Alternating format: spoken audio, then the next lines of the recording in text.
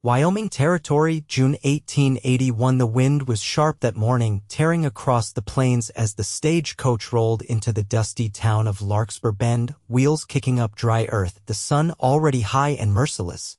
The woman inside wore a navy blue traveling dress and clutched a small carpetbag to her chest like it was the last safe thing she had in the world. Her name was Delaney Clarke, and she did not speak. She had not spoken in over 5 years.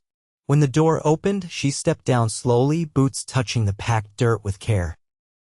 Her eyes moved over the street, past the saloon, the post office, the mercantile. She looked for him. And he was there. Leighton Langston stood beside his paint horse, tall and quiet with his hat in his hand. His shirt sleeves were rolled up, sunburnt forearms streaked with dust.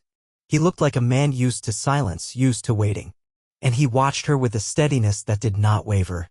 The stage rattled off behind her. She did not move. Leighton stepped forward, slow and respectful. "Miss Clarke." She nodded once. "I am Leighton. I wrote the letter." He looked at her face, not around it. "You sure you are all right with all this?" She reached into her bag and handed him the folded letter he had sent. The one she had read so many times it no longer had edges. He took it, gave a small nod, and tucked it into his vest pocket like it mattered to him. "All right then," he said, glancing at the sun. "It's a bit of a ride to the ranch. Horse is gentle. I figured we would share the saddle." Delaney glanced at the animal, then back at him. She gave a nod. He helped her up first, hands careful, then swung up behind her and took the reins. She did not flinch when his arm came around her waist. She just sat still, as if she was waiting for something she did not quite believe in.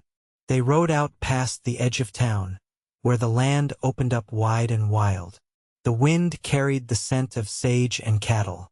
They said nothing, but it was not empty. It was the kind of silence that held space instead of pushing it away. At the Langston Ranch, the house was small but well kept, with a lean-to barn and a fenced pasture holding 2 cows and a bay mare. He helped her down, then stood there for a second, hat in his hands again. "There is a spare room inside," he said. "You can take all the time you need. I do not expect anything from you, Delaney. I did not want to be alone anymore." She looked at him, something soft and unsure in her eyes, then stepped past him and through the door. Inside, the house was clean and simple. A wooden table with 2 chairs, a cast-iron stove, a small quilt-covered bed in the corner of the second room. She set her bag down and ran her hand over the windowsill, feeling the worn wood. Then she turned and found Leighton standing in the doorway, watching her. "I will be outside," he said gently, "chopping wood." She nodded once. He left her be. Delaney sat on the edge of the bed and closed her eyes. She had made it. The train from St. Louis, the stage, the fear. She had done it. She had come here to be a wife, though she had not spoken a vow in years. She could not speak. Not since the fire that took her parents and left her with scorched lungs and too many ghosts. But Leighton had written to her anyway, after seeing the newspaper ad. He had not seemed afraid of her silence. He had said, "A woman's voice is more than sound. I will hear you if you let me." So she had come. The first week passed quiet but calm. Delaney helped with meals, fed the chickens, sewed patches into Leighton's shirts where the elbows had worn through. He never rushed her, never hovered. He worked the land and came in dusty and tired each evening, but always with a nod and a soft "evening, Delaney." Like it was the most natural thing in the world to come home to her. She started leaving notes, simple ones folded on the table. "You forgot your lunch today. I packed it again. There is a rip in your saddlebag. I will fix it tonight." He kept every one in a small tin on the mantel. Then one evening she found him in the barn after supper. He was brushing the mare, his back to her, humming something low. She stepped in, holding a mug of coffee. He turned, surprised. "Thank you," he said, taking it with a warm nod. "You did not have to." She shook her head and stayed there, close. "Can I ask something?" he said after a moment. She nodded. "Why did you come?" "You could have gone anywhere." She looked down, then reached for the chalk slate she carried in her apron. She wrote carefully, then held it up. Because your letter did not feel like pity. It felt like hope. Leighton looked at the words a long time. Then he looked at her. I meant every word I wrote. She nodded once. Her eyes were wet. That night, thunder cracked over the plains. Delaney woke to the sound of it and the flash of lightning through the window. She sat up, breathing hard, hands clenched in the quilt. The fire. The smoke. The screams. She did not hear Leighton come in. But he was there, crouched beside her bed. Delaney, he said, voice soft. You are all right. It is just a storm. She looked at him, trembling. Come on, he said, reaching out his hand. You do not have to be alone. He led her to the front room, where the fire was still warm. They sat on the floor, her blanket around her shoulders. He did not touch her, just stayed close. After a long while, her head leaned against his shoulder. He said nothing, just let her stay there. In the morning, she made biscuits and fried salt pork. He poured the coffee and watched her move around the stove, his eyes soft. Thank you, he said when she sat down. She glanced up, then lifted her slate. You were the first man who never asked me to explain. He reached across the table, covered her hand with his. You do not owe me anything. But I am real glad you are here. Delaney held his gaze. Then she turned her hand under his and curled her fingers around his. They stayed like that, the sun rising slow over the ranch and something new settling between them, quiet, steady, real. The days stretched longer with summer full upon them. The sky turned a deeper blue and the grass along the riverbank browned at the edges. Delaney rose early before the sun cleared the ridge and walked the fence line with a small canvas satchel slung over her shoulder. Inside were scissors, twine, and a spool of copper wire for mending breaks where the wind had snapped the line loose. Leighton had taught her how to check the tension by touch, how to knot the wire so it held through a storm. He didn't hover anymore, just left the tools neatly coiled by the porch and trusted her to know what to do. One morning, she found a calf outside the western gate, half limping through the grass with a thorn stuck deep in its hoof. She knelt slow, spoke to it with her hands and her stillness, then worked the thorn free while it trembled beneath her. When Leighton rode up that afternoon and she pointed to the poulticed hoof, he dismounted with a quiet look of respect. You've got a good way with animals, he said, brushing the dust from his sleeves. Better than me, even. She tilted her head, one corner of her mouth lifting, and he caught it. Just the faintest echo of a smile, but it stayed with him through the evening. That night, as they shelled beans at the table, Leighton ran his thumb along a worn groove in the wood, then said, I was married once. Delaney kept her hands moving, but her eyes lifted to meet his. She died in childbirth. That was 6 winters ago. No child made it either. Her hands paused. I didn't think I could try again. Not rightly, but I got tired of the quiet. Not the sound of it, but the ache inside it. He looked over at her, the lamplight soft between them. I didn't send for you to fix anything broken. I just wanted to build something with someone who knew how to endure. Delaney set the bowl down slowly and reached for her slate. She wrote with care, then turned it. We can build slow. He stared at the words, then nodded once. That sounds right. The next day brought a letter from town, delivered by a passing cattleman who tipped his hat and rode off without lingering. Leighton opened it on the porch, sunlight catching the paper. His mouth tightened as he read. When Delaney stepped outside with 2 tin cups of cooled tea, he handed her the letter. My brother Ace's run into trouble. He's in Casper, says he got in with the wrong men. Wants to come stay a while. She read the words twice, then looked up. I haven't seen Asa in nearly 8 years, Leighton said. He was wild even then. She tapped the edge of the letter with her finger, then pointed to the road. You think we should go get him? She nodded. By morning, they hitched the wagon and loaded provisions. It was a 2-day ride out, longer with the wagon. Delaney packed dried apples and oatcakes, layered quilts in the back for sleeping. Leighton brought his rifle, not expecting trouble but knowing better than to trust a town like Casper to be kind to a man already down. They traveled steady, taking turns with the reins. At nightfall, they camped near the edge of a shallow creek, a ring of stones keeping the fire low. Delaney boiled coffee while Leighton whittled a crooked stick into a smoother one. My folks were from Kentucky, he said, eyes on the flames. Fell into ranching after the war. I stayed because it was the only thing that didn't feel like taking orders. Delaney handed him the tin cup and sat cross-legged across from him. Did yours come from the city? She shook her head. Midwest. She nodded once. You grow up on a farm? She nodded again, slower this time. He looked across the flames. You miss it. She stared into the fire a long moment, then wrote. I miss the smell of rain on turned soil. He read it, then leaned back on his elbows. I reckon that's the truest thing I've heard in a while. They slept under the stars, wrapped in their own blankets but close enough to hear the other breathe. In the morning, she woke first, the horizon still pale, and watched him sleep with his mouth slightly open, one hand resting over his chest like he was guarding something. They reached Casper by late afternoon.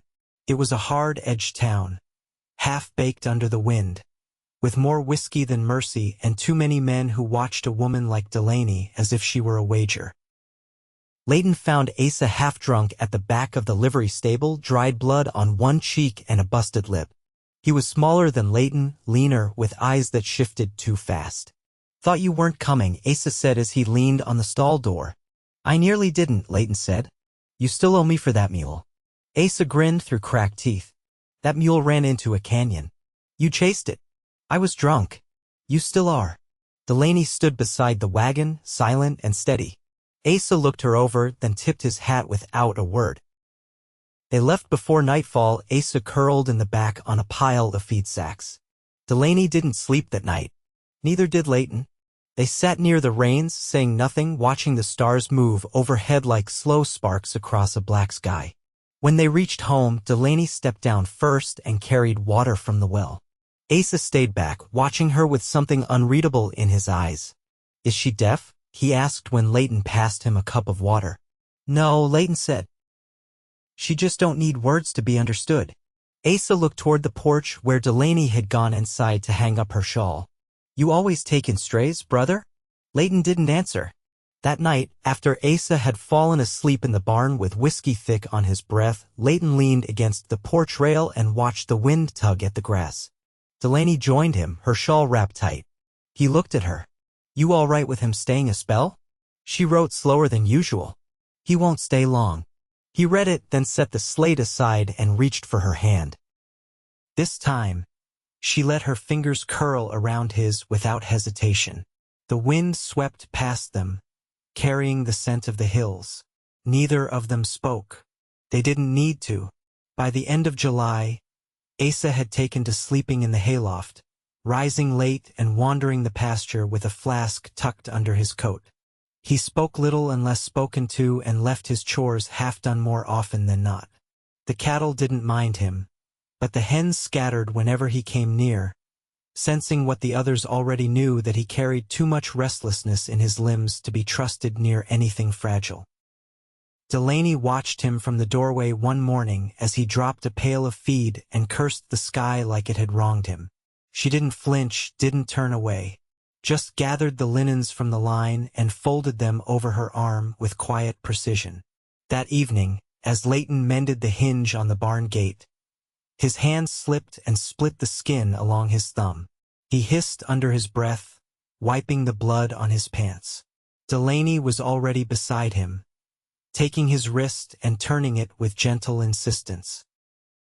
He stood still as she unwrapped the handkerchief from her apron and bound his hand with practiced hands.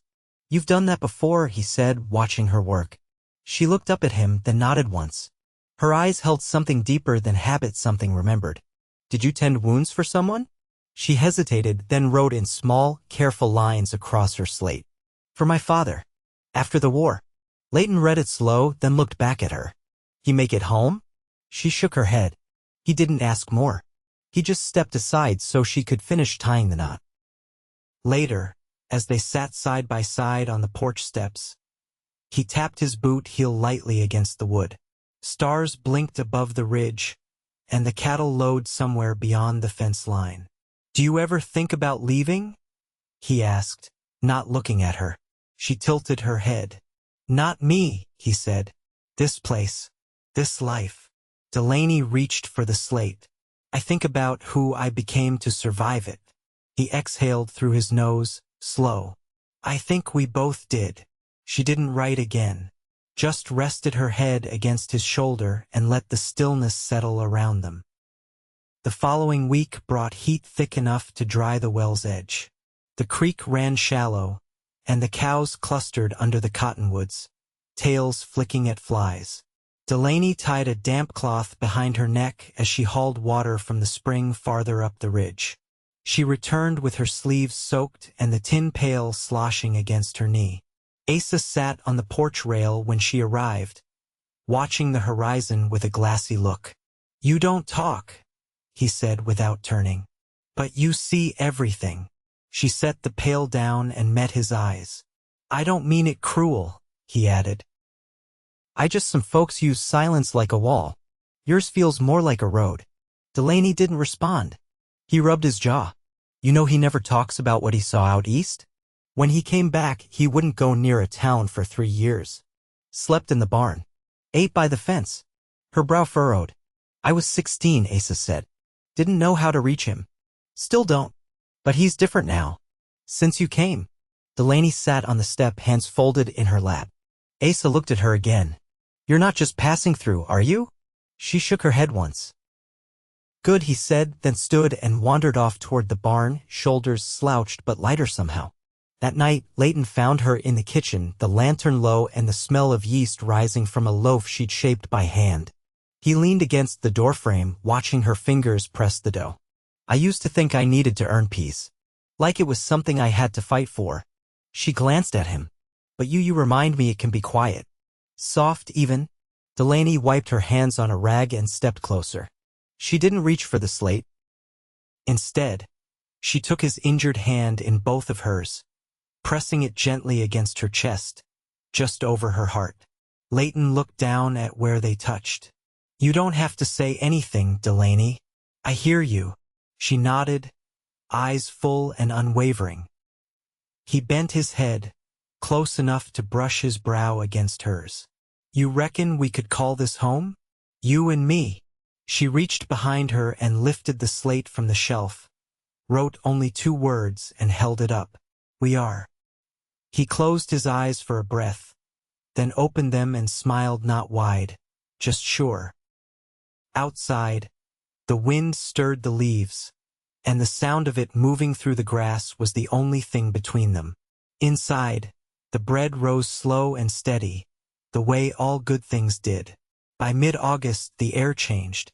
Mornings held the faintest edge of cool, and the cottonwoods began to shed their outermost leaves, small, dry things that rustled like whispers across the barn roof.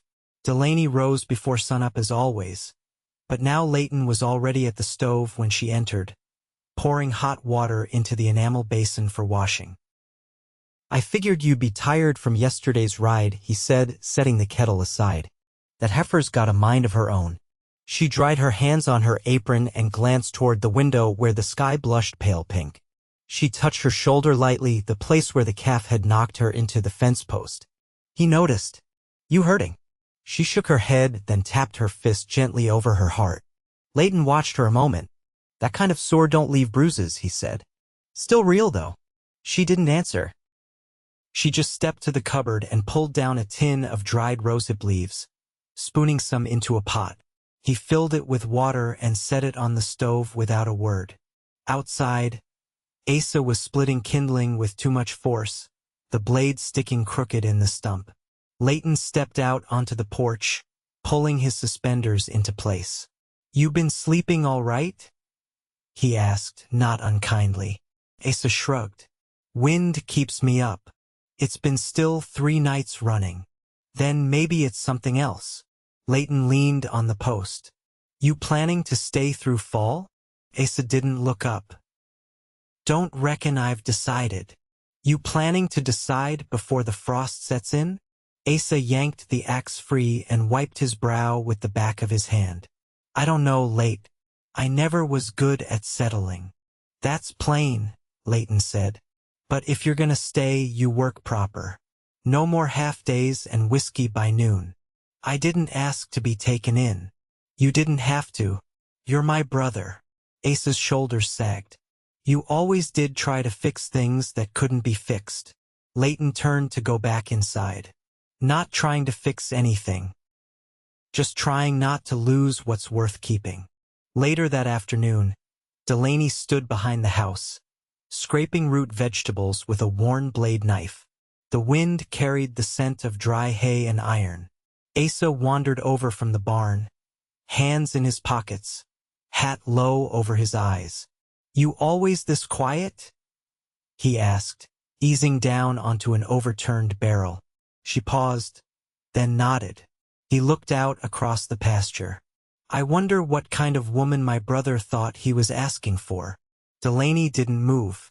I don't mean that as insult, he added quickly. It's just you're not like anyone I've known. She wiped her hands on her apron and picked up another carrot. He watched her peel it with slow, steady strokes. He told me once that peace felt like waiting for something you didn't think would come. I didn't believe him, but now I think he was talking about you. Delaney's knife stopped mid-stroke. She looked up at him, not with surprise, but with a question in her eyes. Don't worry, Asa said. I'm not staying. She tilted her head, unsure. I don't belong in places like this, he said. But he does. And you. You fit here like you were always meant to. That night, a letter came from Fort Laramie carried by a ranch hand passing through. Leighton read it by lamplight, his brow furrowed. Delaney waited. My cousin's boy's gone missing, he said. They think he wandered off chasing after a coyote. He's 6. Been gone 2 nights. Delaney stood. Leighton met her eyes. I'll ride out before first light, he said. They could use another set of eyes. She stepped close, then placed both hands flat against his chest, just above where his heart beat steady beneath his shirt. He covered them with his own. I'll come back, he said, quiet. You don't need to worry. She didn't write anything. She just stayed there, letting her hands speak what she couldn't. He left before dawn, saddle creaking in the quiet. Delaney watched him from the porch, shawl drawn tight, the sky pale as bone. Asa stepped beside her, rubbing sleep from his eyes. You want me to do morning chores? She nodded. I ain't promising they'll be done real tidy. She looked at him, then offered the slate. He took it, read what she'd written, and blinked. Just don't leave anything half done. He gave a short nod. I'll try. 3 days passed before Leighton returned. His horse was lathered and tired, but the boy had been found curled under a juniper bush, cold but breathing. Leighton dismounted slow, his eyes shadowed with exhaustion. Delaney met him in the yard and reached for his hand, guiding him toward the house. He didn't resist. Inside, she cleaned the dust from his face with a damp cloth, her touch gentle and certain. He didn't speak until she sat beside him at the table, her hands still cradling his. I thought about you every night, he said. Not in fear. Just in wanting to come home. She gripped his fingers tighter, then let go long enough to write. You are my home now. He read it once, then again. Then he stood, pulled her up with him, and wrapped his arms around her like something final and beginning all at once. Outside, the first geese flew low overhead, their wings whispering the change of season. Inside, the silence between them was full not of what had been lost, but of everything they'd found. The first frost came early that September. Not a hard one, but enough to silver the grass and stiffen the porch boards beneath bare feet. Delaney stood in the kitchen kneading bread with her sleeves rolled high, the window cracked to let out the heat of the stove. She could hear the soft rhythm of Leighton's saw from the barn, steady, measured, but it slowed when Asa's voice broke through. You fixing to stay long enough this time to actually finish something? The saw paused. I've finished more in the last 3 months than you have in 5 years, Leighton said, voice level. Delaney wiped her hands and stepped outside in time to see Asa toss a bundle of fence posts onto the wagon bed. I ain't the one chasing ghosts through the timber, Asa said. You think marrying a woman who won't talk makes you a better man? Leighton didn't raise his voice. I think knowing when to listen does. Asa looked toward the house, jaw set, then back at his brother.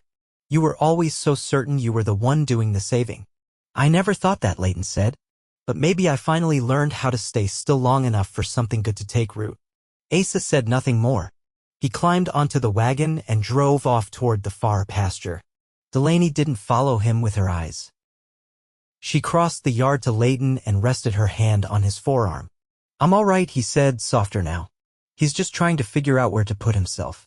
She nodded once and turned back toward the house, the screen door creaking behind her. By the third week of September, Asa was gone. He left before dawn with a note folded under the coffee tin, scrawled in the same uneven hand Delaney had seen on the barn wall weeks earlier. "Didn't figure I was made for winter. Tell Leighton not to look for me. I ain't lost, just moving on."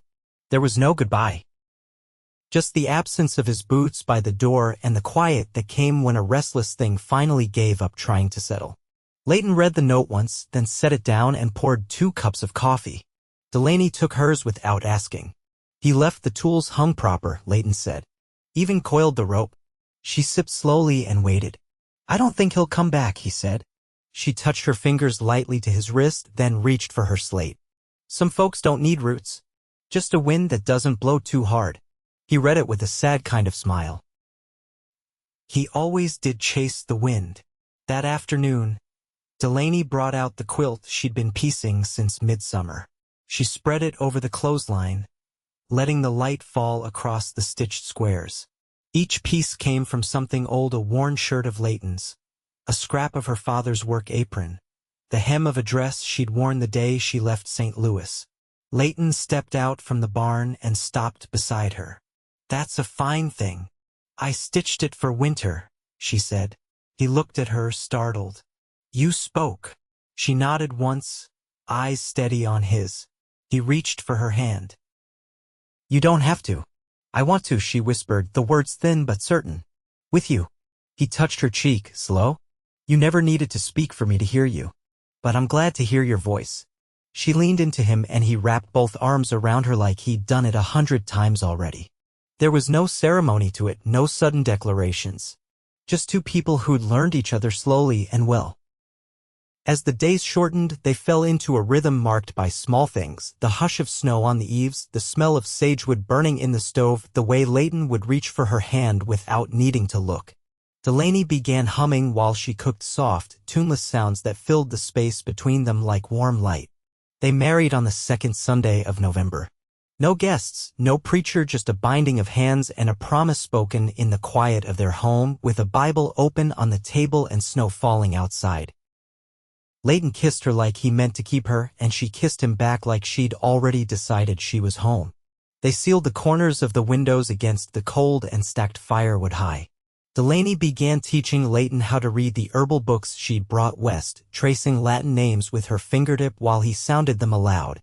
He built her a small table near the window where she could dry roots and grind tinctures. She made him a new shirt from unbleached muslin, the stitching tight and even. He wore it every Sunday. In January, she laughed for the first time quietly while watching him chase a runaway chicken across the yard in his stocking feet. He stopped short when he heard it, turning toward her like he'd been waiting his whole life to hear that sound. By spring, the pasture was green again and the sun found its way through every window. Delaney planted herbs along the fence line: yarrow, mint, horehound, while Leighton rebuilt the corral with new posts and tighter rails. They moved together like they'd always been partnered, like they'd been waiting for the right season to begin. One afternoon in late April, she stepped inside with dirt on her hands, a flush on her cheeks, and a quiet in her that wasn't heavy anymore. "I'm carrying," she said, and watched the understanding bloom across his face. He didn't speak at first. Just crossed to her and placed both palms over her belly, eyes shining. "You sure?" She nodded. He bent his head and pressed it to her middle, his voice rough. "I'll be better than my father." "You already are," she said. They spent the summer preparing, building a cradle from pine, sewing linen wraps, drying berries for the long months ahead. When the baby came in early autumn, it was a girl, dark-haired and peaceful, with Delaney's quiet eyes and Leighton's steady hands. They named her Clara, for the light that had come back into their lives. And in the evenings, when the sun dipped below the ridge and the wind softened against the eaves, Leighton would sit on the porch with Clara in his arms, Delaney's hand resting warm against his back. They didn't speak much in those moments. They didn't need to. Some stories are loud with thunder. Others are quiet as snowfall. Theirs was the kind that stayed.